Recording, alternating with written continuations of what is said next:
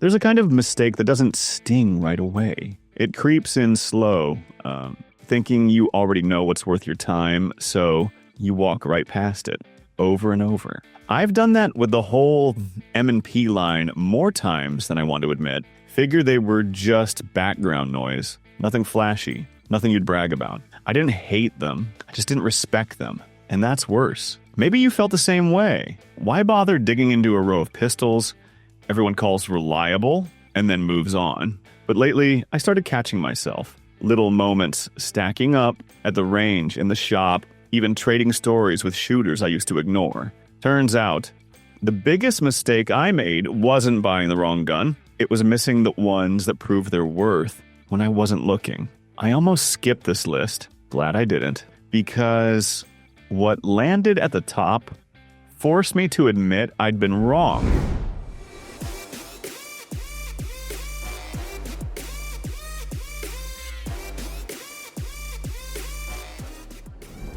The first time I handled the M&P9 Performance Center, it felt like the gun was trying too hard to impress. Fancy ports, tricked out slide, and a badge that screamed special edition for folks who chase looks over function. I bought it mostly to shut up a buddy who swore it was the best thing ever slipped into a box, but it sat in my safe for weeks. I'd clean it, run a patch down the barrel, shake my head, and remind myself I already had a dozen pistols that could do the job with half the flash. One Thursday, my usual shooter was out of commission, dirty as hell, gummed up from too many lazy cleanings. On a whim, I grabbed the Performance Center for the weeknight match at the range, figuring it'd be good for a laugh if nothing else. Standing on the line, regulars waiting to pounce, I squeezed off the first string and felt the trigger break cleaner than anything I'd brought before. Mag after mag, it never missed a beat. By the end, I'd put down my best run in months, and honestly, that should have been enough to win me over, but the next pick made me question if I'd even learned my lesson at all. I always put the Shield Plus EZ in the beginner gun bucket. Good for new shooters, folks with weak grip, or someone just plain nervous about recoil. I'd laughed about it behind the counter more than once. Never saw myself running one for anything real. So when a buddy's wife wanted her first taste of the range, I tossed the EZ in my bag without thinking twice. She'll like it. I won't, I told myself, half grinning as I packed up. Plans changed. They canceled last minute. I found myself alone at the range, just the EZ and a couple boxes of cheap ammo. No expectations, not even a target worth saving. Just planned to burn through a few mags and call it. First 5 shots, I'm waiting for that mushy toy gun feeling. Instead, it runs soft, sights land dead center, and before I know it, I'm pushing the pace and watching my own groups tighten up. By the end, I'd burned every round I brought, longer than I'd stayed for any serious gun in months. Driving home, I kept replaying that session, wondering how many other guns I've written off without a fair shake. I'm not calling it my top pick, but I'm not laughing anymore. And if you think this was a shock, wait till you see the one that nearly made me eat my words in front of a crowd. It's wild how fast shooters move on. By the end of 2024, every shop counter and online thread I followed had gone cold on the M&P9 M2.0 Full Size. Folks were tripping over themselves for the next micro compact or whatever new optic-ready pistol hit YouTube that week. The full-size M&P was just background noise. Nobody even argued about it anymore. I still remember catching heat on a Texas gun forum last winter. Thread started with someone bragging about their new high-capacity wonder gun, and I chimed in that I'd take the M2.0 over most of the stuff getting hyped. Man, you were stuck in 2019, one guy fired back. Nobody carries duty guns anymore, even at the local range. Friends started side-eyeing me, swapping for the latest flavors while I kept dragging the same old Smith to every session. But I just kept running it through winter, rain, dust, those long, ugly days where everything else needs tuning or a break. The M2.0 never once stuttered. No fanfare, no drama, just round after round, every control the same. While everyone else was busy troubleshooting or flipping gear, I realized boring can save you headaches the trend chasers never see. And for a while, I thought that was enough. Turns out, it wasn't.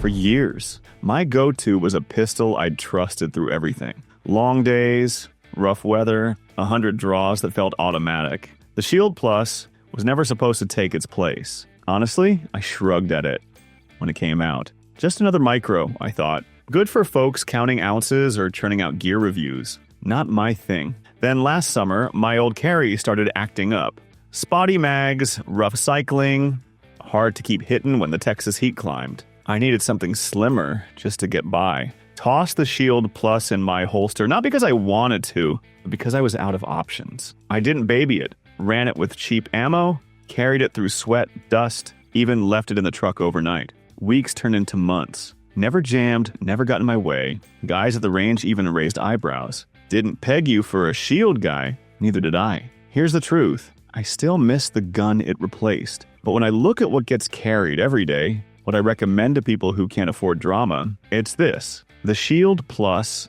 earned its spot. And if you think that's a tough pill to swallow, wait till you see what landed at number 1, because even I didn't see that one coming. I used to crack jokes about the Shield X right at the range, loud enough for half the bays to hear. Called it the marketing special. Said S&W was milking the name, stamping an X on an old gun, and hoping people wouldn't catch on. Most regulars agreed, and I swore I'd never waste ammo on one, not even as a joke. That stubbornness ran deep. Every time someone said a Shield X on the bench, I'd roll my eyes, maybe tell them to run a real pistol. Then came a Saturday when both my so-called dependable guns jammed up in the dirt. I was left with nothing but time and pride. Buddy handed me his Shield X, grinning like he'd won a bet. I took it, half hoping it'd choke so I could run my mouth. It didn't choke. In fact, it ran smoother and flatter than anything I'd touched that month. The trigger caught me off guard. Recoil? Barely there. I kept running mag after mag and couldn't find a single thing to knock. Worst part? The same people who heard me bash it watched me finish my day with that pistol. Silent for once. Didn't want to give it the top spot, but it earned it by proving me dead wrong. Still stings. And the bonus gun? That one didn't break my pride. It just caught me off guard in a completely different way.